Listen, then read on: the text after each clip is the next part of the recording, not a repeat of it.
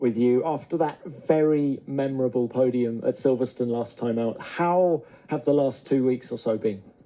Yeah, surprisingly they've been very good. And actually nice to have a bit of time after and to enjoy the moment properly and not to dive straight into the next Grand Prix. So that was a good timing as well from that point of view. But no, obviously just an incredible race, and those conditions very tricky, but made all the right decisions, and obviously rewarded ourselves coming from last, which was pretty crazy and special. The aftermath, was also overwhelming. The feedback and responses we got, well over 700 messages. So it took me a good week to work through it all, but obviously amazing and nice to feel and to see all that. And you raced back to Hinwil, didn't you, straight after the race? What sort of reception did you get there? Yeah, also a warm one, obviously, and a very happy one. I think it was important to go back, and cherish the moment and share that with everyone in the factory as well, not just at the track with everyone. So it was good. Obviously, amazing memories, amazing emotions for us, and I hope that they can boost us for the rest of the season. Nico, you have scored as a team more points in the last 4 races than Red Bull Racing. Cast your mind back to pre-season testing in Bahrain. By how much are you exceeding your expectations at the moment? I think we're definitely on a good run lately. Obviously, Silverstone, set aside, special race, special circumstances. I think you also have to remember on Saturday, both cars were out in Q1, and it didn't look that fantastic. And had it been a dry race, it would have been a totally different story and outcome. So, you always have to remember that too. But definitely from Barcelona, we gained some momentum. We made a big step forward with the car, and especially, in the long stints in the race on Sunday, we have a good race car now, and we can do something even with not the best starting positions. And I think, that are the best news of the season so far, but still a lot of work ahead, and still, a very competitive and tough fight in the midfield there. Nico, thank you very much for that. I'm sure there'll be more questions for you in a minute. Franco, let's come to you. We've had a short break since Silverstone. Have you had a chance to just reflect on the 6 races that you've done for the team so far, and what conclusions have you reached? Yeah, it's been good. I think to have a break, to reset and to go back to the factory, work a bit with the guys, and really focus on what we need to improve, keep working with the engineers and everyone back at the factory was good. Little break to reset as well. So, ready for Spa. When you look at the data, in what areas of performance do you think you can still make the most progress? I think there has been different tracks that, I've had some different weaknesses, but especially in long runs I've been quite strong lately. We are still focusing quite a bit in performance, in low fuel. I'm still lacking in the new tire runs most of the time. So working with the car to find that confidence that sometimes I lack in the very high speed corners. But I think generally it's been improving. I started quite strong in Silverstone. Of course, it didn't end as we wanted, but I think with some good progress. Goals for this weekend here at Spa? I think maximize the opportunities. It's going to be a tricky weekend with a sprint race, with the weather forecast as well. So I think try to maximize the car we have, the opportunities, try to be on top of the weather. All right, thank you for that, Franco. And Fernando, let's come to you now. It was a tricky start to the season for you, but you've now had 4 points finishes in a row. Do you feel you're building some momentum with this? Yeah, I think, since Imola, probably with the package that we introduced there, we are a little bit more competitive, and on the edge of Q3 and the edge of points always every weekend. So, hopefully we can keep the momentum going. More new parts here this weekend. What are you hoping to achieve with them? First, I think the priority is to understand that, the new parts are bringing performance always on a sprint weekend. It's difficult to achieve that with only one free practice. Maybe the weather is not helping on that side. So yeah, that will be the first priority, and then obviously try to score points if we can again on this weekend. But in terms of car performance, I think understanding the new part will be the main difficulty and the main priority as well. Okay, Fernando, thank you for that. Let's now open this to the floor. We will start with the broadcasters. Who's got a question, please? Yeah, let's start with. We're going to David? No? Yep.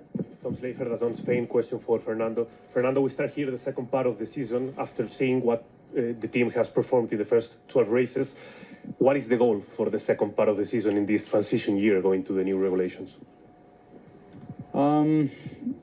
Actually, I think 80% of the focus it is already in 2026 in a way. Not only on the engineers, on the designing team, it's also the driver's head. A part of maybe the two McLaren drivers. The rest of us, we are just thinking a little bit, and dreaming about what it could be a good season next year, because this year is gonna change very little, I think, in the second part. So yeah, it is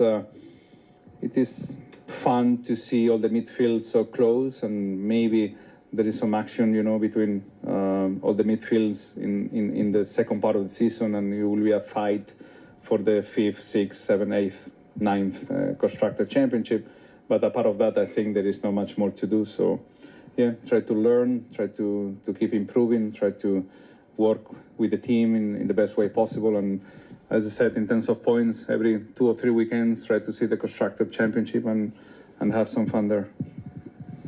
Thanks for that, David. David Croft, Sky Sports F1. Two-part question to Nico. But first of all, well done. Silverstone was great.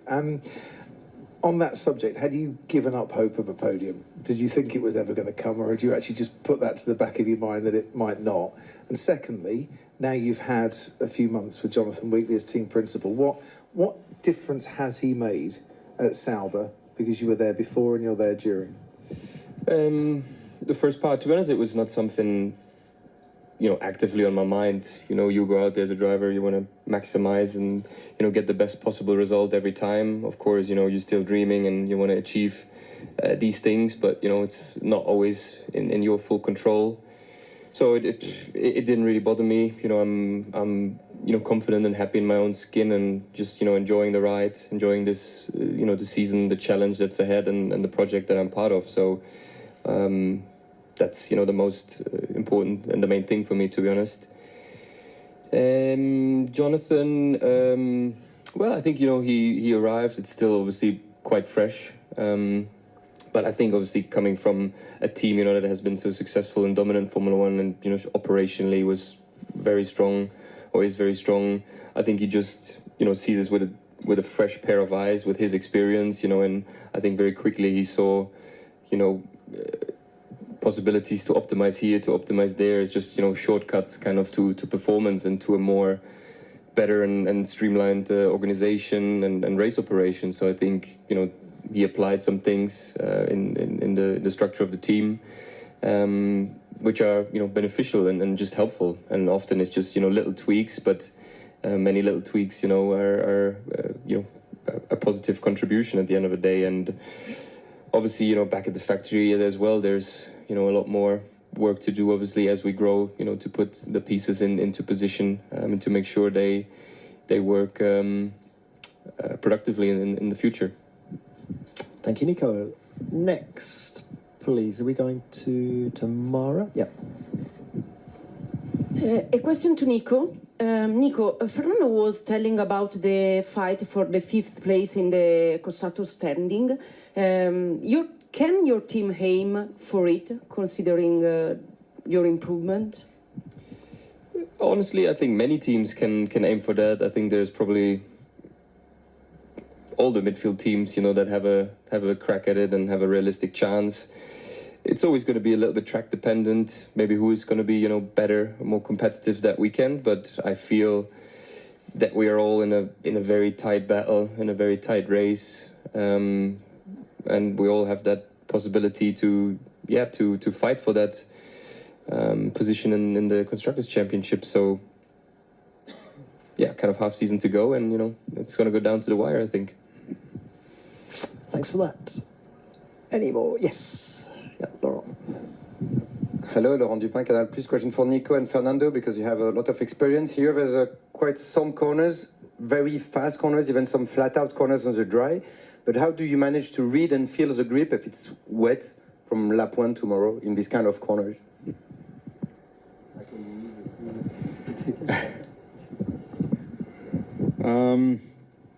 You try not to go flat the first lap, and then slowly you go a little bit faster and faster. But yeah, on a sprint format, for sure, you have to go into Q1 quite soon, and maybe with a circuit condition that you didn't test it in FP1. So that's the nice thing of the sprint. But yeah, I don't think that it's a huge challenge. And actually here, maybe we did more laps in wet than dry, so we know the circuit quite well.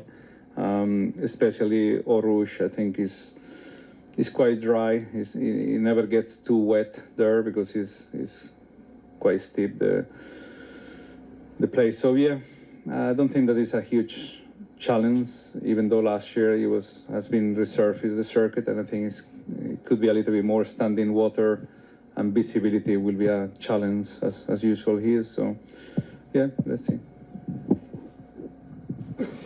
Yeah, I mean, you obviously have past references, and we go out and we obviously feel the grip, and you start somewhere, and then you just build from there. You obviously react to what you feel and to what the conditions are, and just work your way in. Any more from the broadcasters? If not, we will open this up to the written media as well, please. Diego, yeah. Thank you. Question to Franco.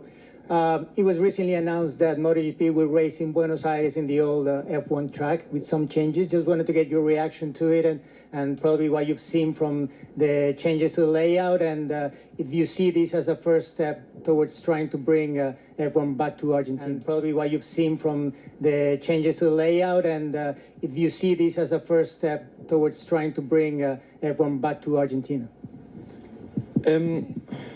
I think it's great to have MotoGP back in Buenos Aires now. It's a country that there is full of very, very passionate fans, and it's great to see the sport coming back. Of course, that Formula One would be a bit more tricky to go there, especially the track changes. I think they are more for a bike than for a Formula One car. But it would be great in the future if they can do something about that. It would be I think amazing for the fans and for F1 to see what they can actually achieve there.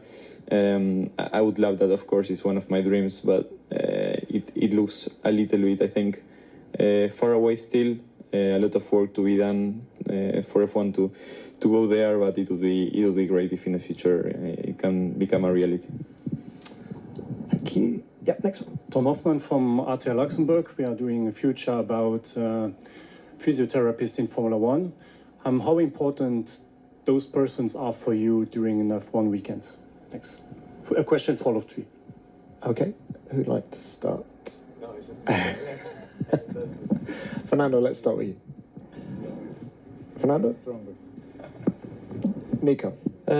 Physio, yeah. I mean, they're one of the people that you work with probably closest and spend most time with on a race weekend, maybe also off track, preparing the season and in between races. So it's usually someone important to you, that supports you, that keeps your back free, makes sure you're obviously in physical good shape, but also are there for many other things mentally and not just support crew, your personal one. They are very important. I think nowadays they are getting more and more important, and we spend a lot of time with them on track, off track, and